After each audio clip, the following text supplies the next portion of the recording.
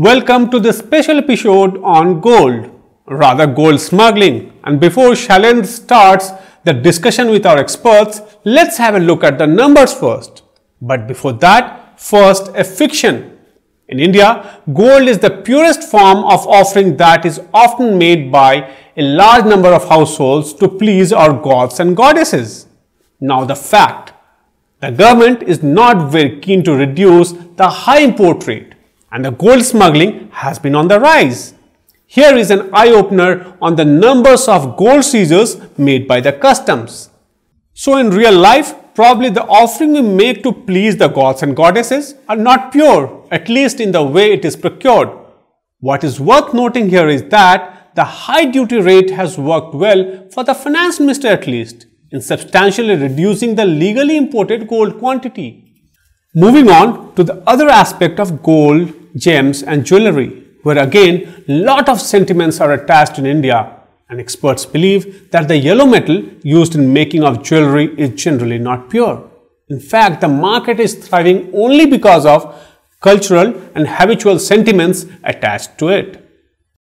I only just on basis of appearance, it is difficult to say. We have to check their physical and optical properties. Okay. Quality wise, basically there is a huge difference, like from down earth to sky, there is no limit. Okay. That's why sometimes gems are so much costly and goes for auctions for crores of rupees. The buyer is not always competent in knowing all aspect of the gems. And people believe on that, and mostly they do some mischief. In India, buying gems and jewellery doesn't only involve status, but it also involves a lot of tradition, lot of emotions. And with this, what gets compromised is probably the purity and probably the quality also. That is what the experts believe. And this is not going well with the Indian gems and jewellery sector. And probably in that direction, the steps taken by Indian Institute of Gems and Jewellery probably is going well in making people aware about the quality aspect of it. But when it comes to the export of Indian goods, that is gems and jewellery, this certainly is a very small drop in the ocean. So what it needs is more awareness, and probably after that, the thing of zero defect exports, that is the mantra of Prime Minister Modi, will go well. Let's go to this panel discussion moderated by Shailendra on import of gold and rather the smuggling of gold in the country. Hello and welcome to Simply inTAXicating. In today's episode, we are going to talk about something which not only glitters but also pulls a large number of Indians towards it.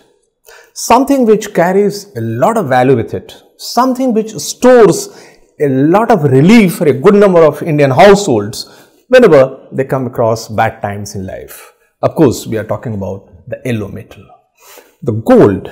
The gold has a very special, it's a metal of a special importance for all of us, for every Indian. And rather, we have a competitor in China. Even for the Chinese, both of us actually account for almost 57% of the total global consumer demand. So, you can well imagine how precious a metal it is for us. Gold is a savior not only for the household. As per our latest inputs and statistics, it has turned out to be a major savior which rescued even the Central Board of Excise and Customs. As per the provisional figures of revenue collections compiled on March 31st, the CBEC was able to exceed its revised target of 5.42 lakh crore by 4,000 crore. It basically means that they were riding the golden fortune. And that came from the huge surge in revenue collections, particularly the customs side, because of the gold imports. So we will look at all these aspects related to gold, why there is a sudden surge. We will touch upon all these various dimensions of gold, gold consumption, gold smuggling for instance, and also why we love so much of gold. So four guests have joined us today to discuss and look into all these aspects. We have Mr. Sumit Dutt Majumder, former Chairman of Central Board of Excise and Customs, but more relevant for us, the former Director General of DRI, In fact, even as ADG DRI, so he had a long tenure with the DRI, and of course our consulting editor, And then we have Mr. Chandras Mathur. He is again former Chief Commissioner of Customs. We have Mr. K K Duggal, who is going to talk about, he is from the Gems and Jewellery Export Promotion Council, Director Trade and Policy. He will give us the trade perspective. And then we have our colleague Saroj. She is senior editorial person who is going to touch upon why women, rather I would like to start with her, why women in India and even perhaps China, they love so much gold. Well, the love for gold actually starts, from the day we are actually born. When we start, the initiation starts with, gifting of trinkets, to the newborn baby. And then it carries on for every birthday, year after year. Whenever we are short of gifts, I think the first thing we think of is, okay, gold in some form or the other.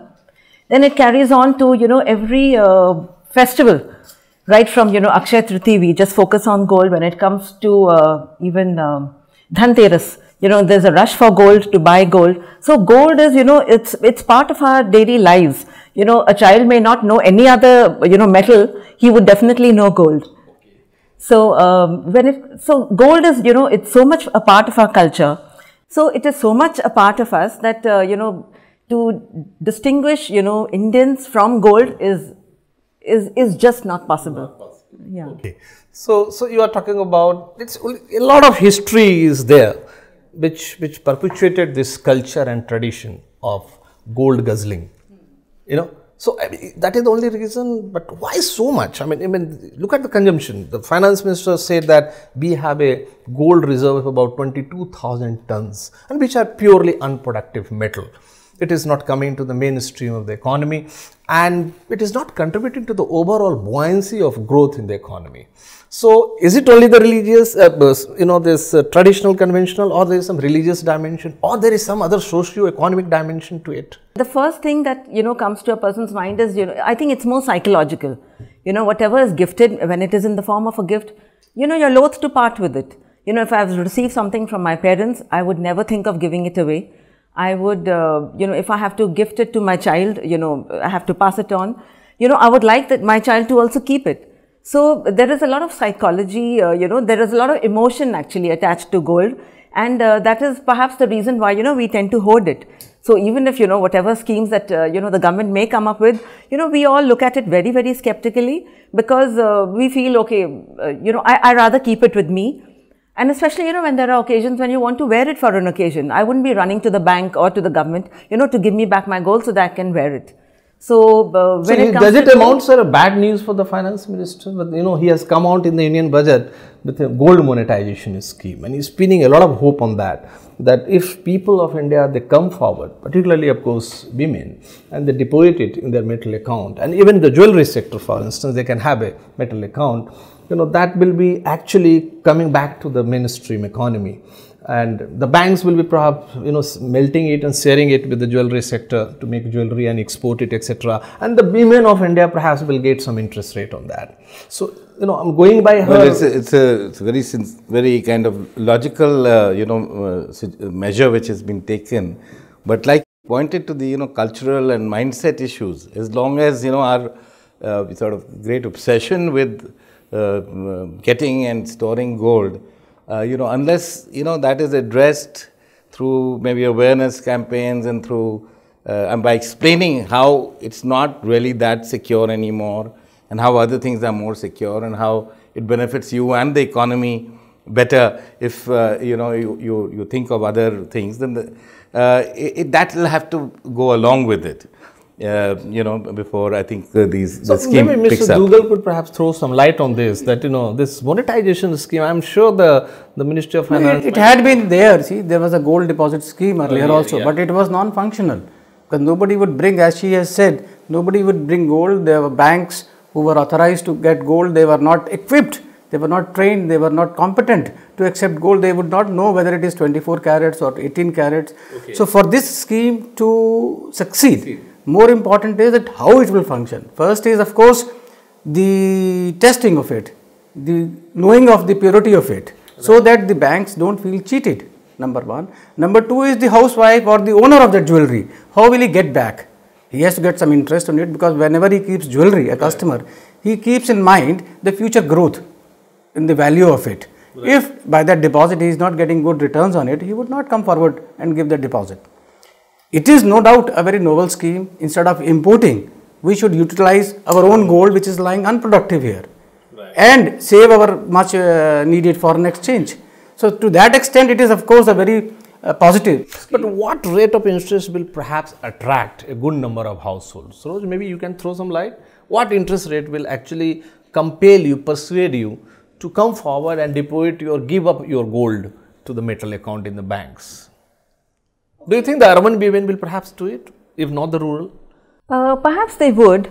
See, when we do keep gold, when we do buy a certain portion of, gold as jewelry, and when we feel, okay, we have, we want to invest, I guess we would go in for coins or whatever, in that form. So, if you are looking at investment and parting with gold, I would part with maybe, a little bit of that rather than the jewelry.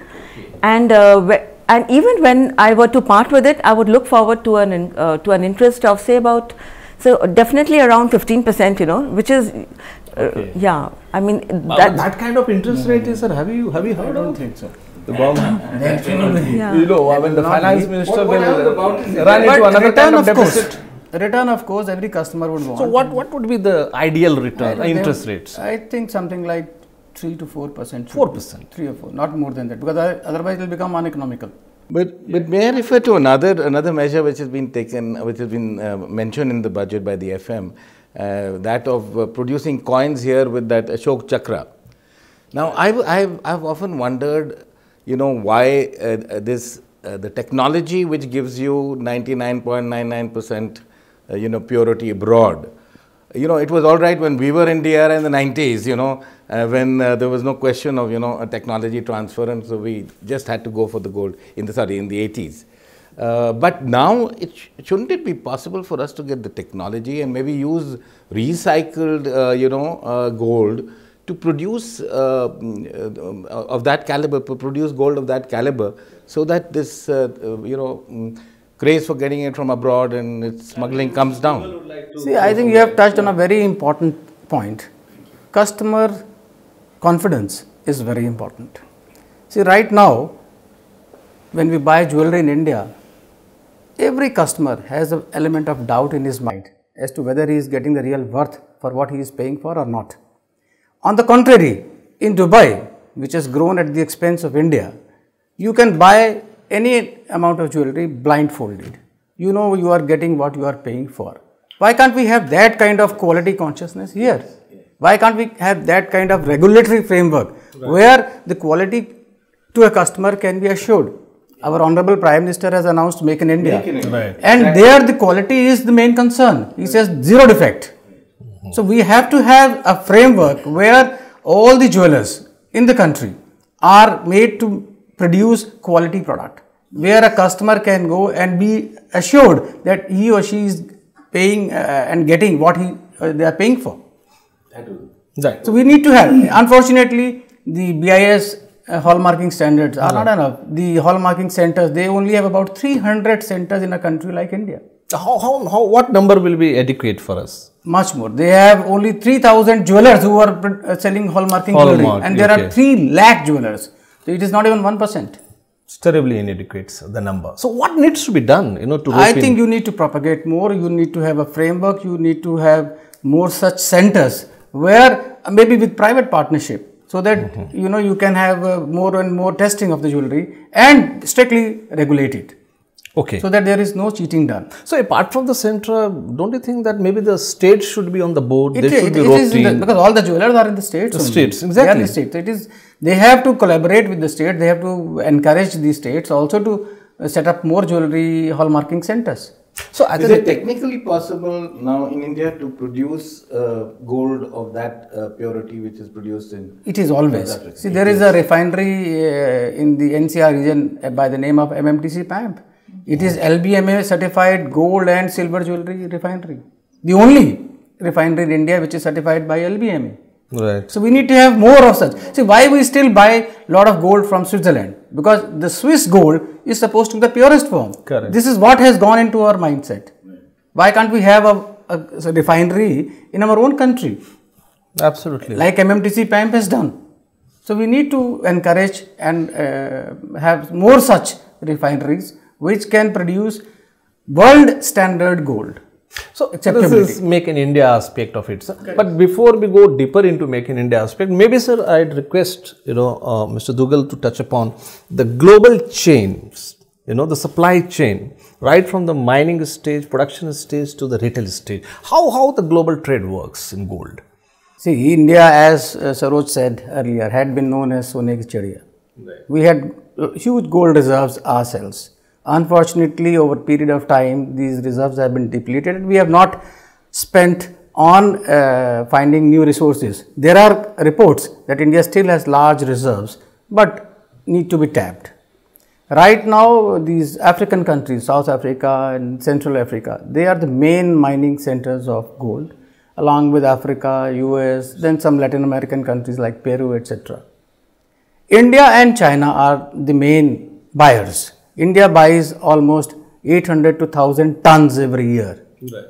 Despite all controls and suggestions that Indians should not buy gold or they should go and buy some other kinds of jewelry, but still the Indians by nature love gold.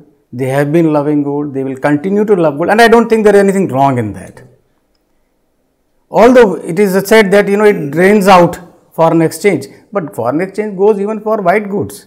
We buy cars, 5 crore rupees car. Today I read in the papers there was a Lamborghini car which had an accident for 5 crores. Right. There are customers for that. Why not gold?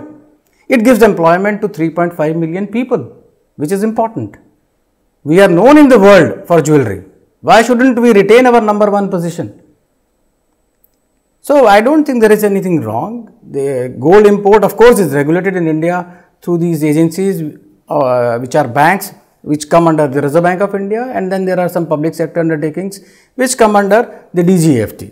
DGFT announces like MMTC, STC, HHEC and the 4-star and 5-star trading houses which can import gold as a nominated agency. Okay. And then they sell, of course, locally. There was this 80-20 scheme earlier, right, which ran into trouble. It didn't serve the purpose for which it was. What went wrong with that scheme? Ultimately, that was again to... See, the idea when it was introduced was that at that time CAD position was very bad. And the government thought we should restrict the import of gold in India. For exports, they didn't want to have any restrictions.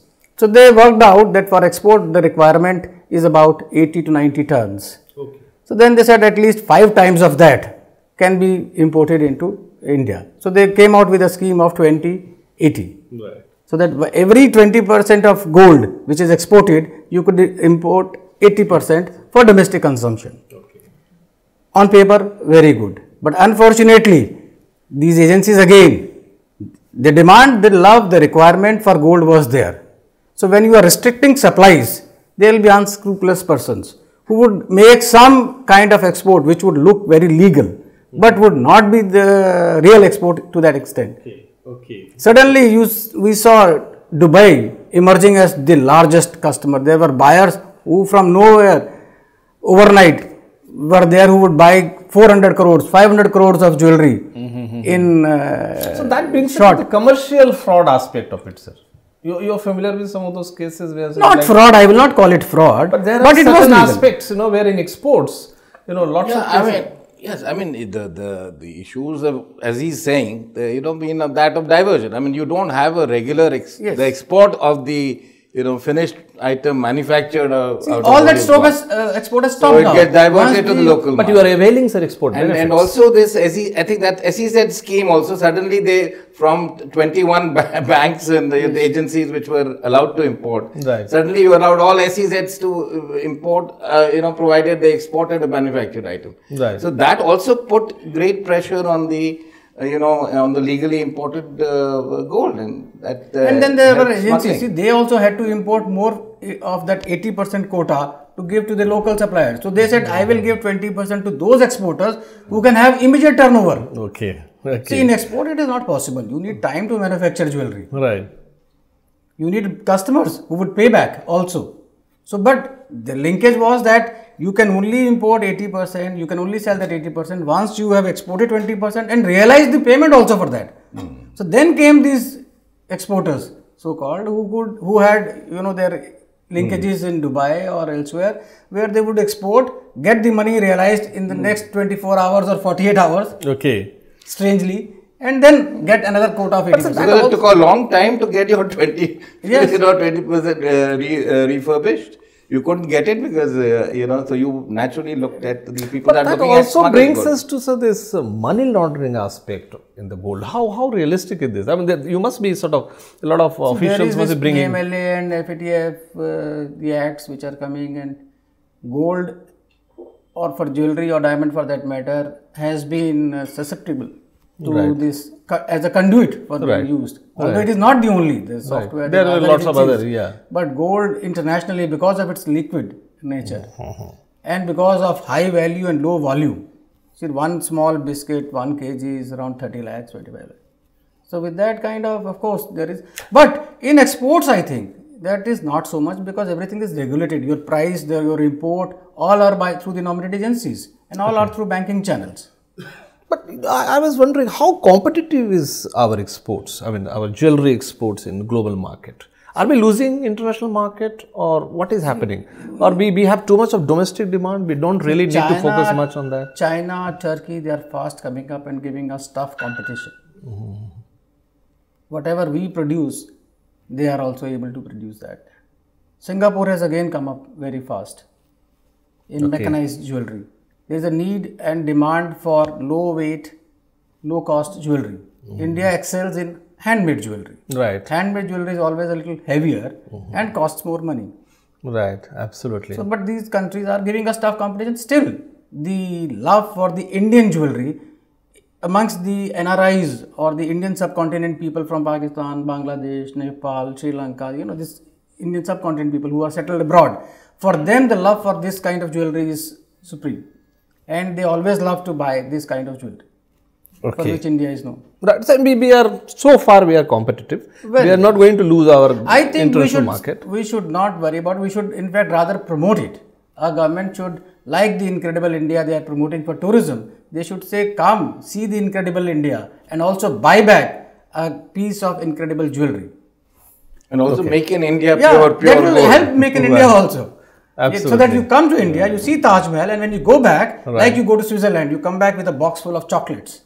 You go to Holland, you come back with some windmill or some wooden shoes, souvenirs. So when you go back from India, that buy brings us to some this export promotion right. side. Actually, the CAD and this will help touch that, sir, after the break. Yeah. This also brings us to the foreign trade policy aspect of it. We will, after the breaks, we will touch upon, as Mr. Duggal was talking about, that we need to make some concerted efforts, some deliberated policy steps to promote our exports, make our jewellery more competitive. After the break, we will continue with the discussion.